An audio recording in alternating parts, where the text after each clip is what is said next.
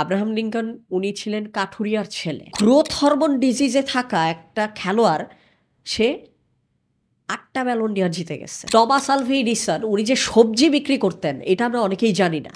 আমাদের বিশ্বকবি রবীন্দ্রনাথ ঠাকুর উনি ওনার স্টুডেন্ট লাইফে এসএলসি নামে একটা পরীক্ষা আছে, ওই পরীক্ষায় উনি 7বার ফেল করেছিলেন। 7। ম্যাক্সিম গোর্কি ওনার নাম আমরা শুনেছি, মা নামে একটা বই লিখেছেন। উনি ওই লেখক হিসেবে ব্রেক পাওয়ার আগে উনি একটা বাসায় গৃহকর্মী হিসেবে কাজ করতেন। মাইকেল ফ্যারাডে বিজ্ঞানী, বিজ্ঞানী হওয়ার আগে উনি বই বাধাই করার দোকানে কাজ করতেন। আব্রাহাম লিঙ্কন উনি ছিলেন কাঠুরিয়ার ছেলে। আমরা জানি আতিউর রহমান বাংলাদেশ ব্যাংকের যিনি সাবেক গভর্নর ছিলেন, উনি কিন্তু তার একেবারে আর্লিয়ার লাইফে উনি কিন্তু রাখাল বালক ছিলেন, এবং এটা নিয়ে কিন্তু অনেক আপনার নিউজ পেপারেও অনেক বের হয়েছে।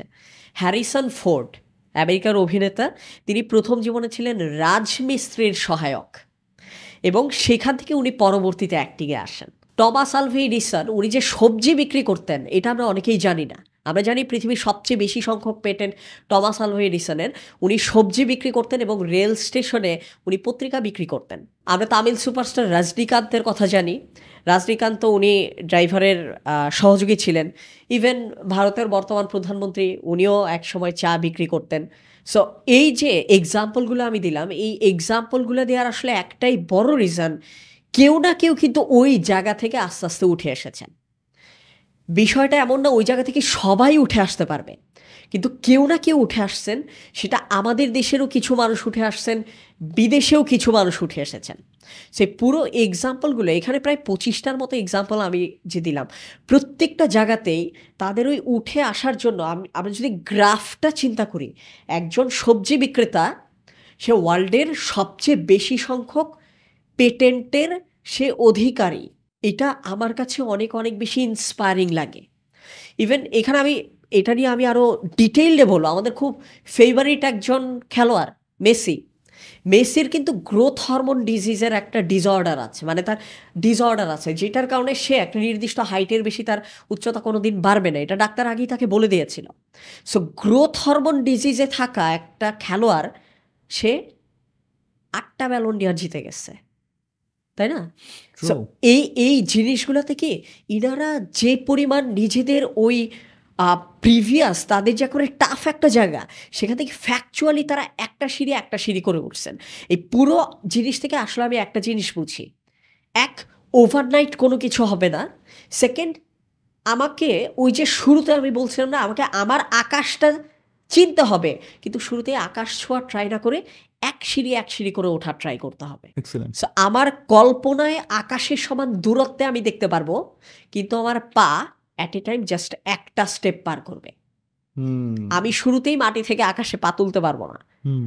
চোখ থাকবে আকাশে, পা মেপে মেপে আগাবে। এই জায়গাটা অনেক বেশি লজিক্যাল হয়।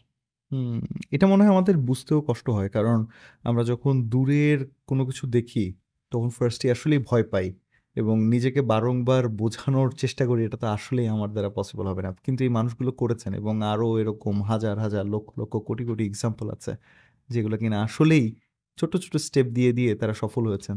মাশাআল্লাহ। আরও কয়েকটা ইন্টারেস্টিং এক্সাম্পল আমি আপনাদেরকে দিই। টমাস আলভা এডিসন আসলে আমার খুবই পছন্দের একটা এক্সাম্পল। এই তথ্যটাও অনেকে জানে না।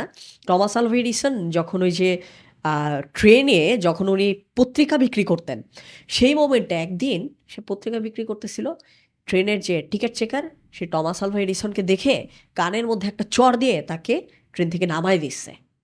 এত জোরে চড় মারা হয়েছিল, সে তার একটা কানে কম শুনতো। এবং এই জায়গায় দেখেন সেও কিন্তু একটা ফিজিক্যাল ডিসাবিলিটির শিকার হয়ে গেল সেই মোমেন্টে।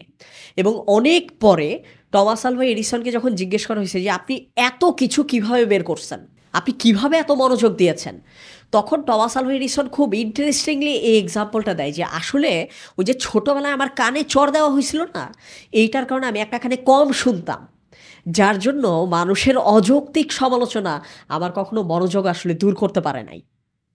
এই কারণে আমি পরবর্তীতে কিন্তু আমি চেষ্টা করেছি আমার পুরো মনোযোগ এই আবিষ্কারের দিকে দিতে। এবং এই ঘটনাকে আসলে আমি আমার মতো করে এটাকে বলি turn your weakness into uniqueness. আপনার যেটা উইকনেস সেটা একসময় আপনার জন্য ইউনিকনেস হতে পারে।